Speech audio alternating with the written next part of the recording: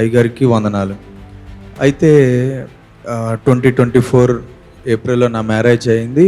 Marriage అయిన తర్వాత అయ్యగారి దగ్గర ప్రేయర్ చేయించుకోవడానికి వచ్చాం. వచ్చిన ఫస్ట్ డేనే పాస్టర్ గారు అయ్యగారు ప్రేయర్ చేసి అది ఫ్రూట్ ఇచ్చారు. దేవుని కృపను బట్టి మాకు తెలీదు, మాకు స్టార్టింగే ఫ్రూట్ ఇచ్చేసారేంటి అనుకున్నాం. సో దేవుని కృపను బట్టి దేవుడు బాబుని మాకు ఖతర్లో డెలివరీ అయింది. ఖతర్లోనే బాబు పుట్టాడు. అక్కడే వీసా పాస్పోర్ట్ అన్ని దేవుడు పొందుకోవడానికి కృప చూపించారు.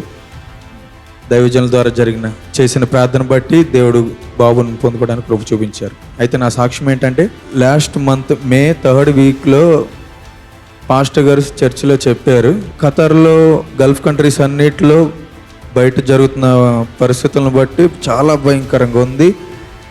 చాలామందికి ఉద్యోగాలు తీసేస్తున్నారు. 50% శాలరీ కట్టు. పెద్ద కంపెనీ ఖతర్ ఎయిర్వేస్లో అయితే 70% ఎంప్లాయీస్ని తీసేశారు. చాలా పెద్ద కంపెనీ ఖతర్లో. అలా గల్ఫ్ కంట్రీస్ అన్నిట్లో అయితే, దుబాయ్లో అయితే మ్యాక్సిమం చాలా ఎంప్లాయీస్ని పంపించేశారు. అయితే ఏమవుతుందంటే, నాది కరెక్ట్గా మే ఎండ్కి కాంట్రాక్ట్ ఎండ్ అయిపోయింది.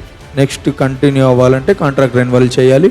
జనరల్గా ఏంటంటే, నేను అక్కడ 4 years కంప్లీట్ అయింది. ఎవ్రీ ఇయర్ ఏప్రిల్కే నాది రెన్యువల్ అయింది. బట్ కరెంట్ సిచ్యువేషన్ బట్టి ఏమైందంటే అది రెన్యువల్ హోల్డ్లో పడింది. ఇంకా నా మైండ్లో ఏమొచ్చిందంటే, జనరల్గా మనం ఏమనుకుంటాం, ఇంకా బయట పరిస్థితిని బట్టి ఇంకా రెన్యువల్ చేయరేమో, సో ఇంక ఇక్కడే ఇంతేనేమో అనుకున్నాను. సో నేను ప్రేయర్ చేసుకుంటున్నాను. దేవుడు 2nd వీక్లో దైవజనుల ద్వారా ఒక మాట మాట్లాడారు. మే 2nd వీక్లో, ఫస్ట్ వర్షిప్లో, 3rd వర్షిప్లో. ఏమనంటే, కృప అనే దొరికితే ఎంత పైన పెట్టాడో. విదేశాల్లో వింటున్న నా చెల్లి, తమ్ముడు, అన్న, అక్క, గుర్తుపెట్టుకో, ఈ కృప నీకు దొరికిందా, అక్కడ టాప్ ప్లేస్లో దేవుడు నేను పెడతాడు. టాప్ కంపెనీలో జాబ్ ఇస్తాడు. అందరి దయ నీ పైకి వచ్చేస్తుంది. ముందు చెప్పా, బయట పరిస్థితులు బాగలే. ఒకవేళ నీకు కృప దొరికిందా, తీసేసే గుంపులో నువ్వు ఉండవు. కొంతమంది నటు పెట్టుకుంటాడు కంపెనీ కావాలని. ఆ కీ పోస్ట్లో నువ్వు ఏసేపులాగా నువ్వు ఉంటావు, ఎస్తేర్లాగా నువ్వు ఉంటావు. వినిపిస్తుందా? హల్లెలూయా. నీ పదవికి, నీ పోస్ట్కి ప్రాబ్లం రాదు, నీ వీసాకి ప్రాబ్లం రాదు. ఎంతమందిని ఇండియాకి వెళ్ళగొట్టేసేసారు, నేను వెళ్ళగొట్టరు. అందరూ కరువులో ఇబ్బంది పడుతున్నారు. ఇక్కడ ప్రభు అన్నారు, తండ్రి చేసిన తప్పు చేయక ఇక్కడే ఉండి నేను చూసుకుంటా, నా ఆస్తి నీ పట్ల చాపుతా అన్నాడు. కరువు నీకు లేకుండా చేస్తాడు. ఏనా అయిపోయింది. ఆయన ఒక మాట ఇచ్చాడు, వాగ్దానం. ఆయన మాటని ఇస్సాకు నమ్మాడు, అక్కడే ఉన్నాడు.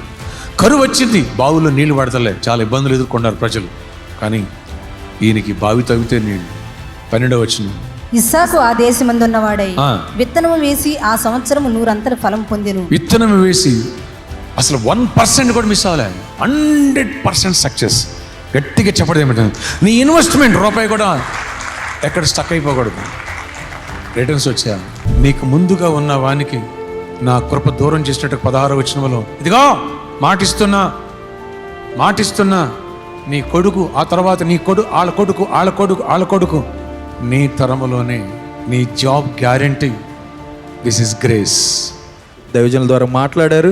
వడ్డించేవాడు మనోడైతే బంతి చివరిలో ఉన్నా కూడా మనకు రావాల్సింది వేస్తాడు. సో అలాగే వడ్డించే దేవుడు మనోడు కనుక మనకు తప్పకుండా న్యాయం చేస్తాడు, మనల్ని దీవిస్తాడని దైవజనులు చెప్పారు. నేను ఆ వాక్యాన్ని రిసీవ్ చేసుకున్నా. సండే జరిగింది. థర్స్డే కాంట్రాక్ట్ రెన్యువల్ అయిందని చెప్పి మా మేనేజర్ కాల్ చేశాడు. అయితే కాంట్రాక్ట్ రెన్యువల్ చేయడం మేబీ నార్మల్ అవ్వచ్చు, కానీ వాళ్ళు హైక్ ఇచ్చి కాంట్రాక్ట్ రెన్యువల్ చేశారు. దేవునికి ఏం మహిమ కలుగును గాక. అది మీకు ఎలా ఉందో నాకు తెలియదు, కానీ నాకైతే అది బిగ్ మిరాకిల్. ఎందుకంటే బయట ఇక్కడ కూడా చాలా ప్రాబ్లమ్స్ ఉన్నాయి, జాబ్స్ అవన్నీ. అక్కడ చాలా రిచ్ కంట్రీ ఖతర్. అలాంటి కంట్రీలో లే ఆఫ్స్, ఎంప్లాయీస్ని తీసేయడం, ఇవన్నీ చాలా భయంకరంగా ఉంది. గవర్నమెంట్ జాబ్ హోల్డర్స్ని కూడా తీసేశారు. పరిస్థితి బయట భయంకరంగా ఉంది. కానీ అలాంటి పరిస్థితుల్లో నన్ను దీవించాడు. కేవలం దేవుని దైవజనుల ద్వారా మాట్లాడారు. ఆ వాక్యం ద్వారా నాతో మాట్లాడి దాన్ని ఒక వాగ్దానంలాగా నాకు ఇచ్చారు. ఆ మాట ద్వారా దేవుడు ఒక అద్భుతమైన సాక్ష్యం నా జీవితంలో చేసి ఈ విధంగా ఈ సమయంలో ఈ స్టేజ్ మీద మీ అందరం ఉందనంటే, దేవుని నామానికే మహిమ, ఘనత, ప్రభావాలు కలుగును గాక.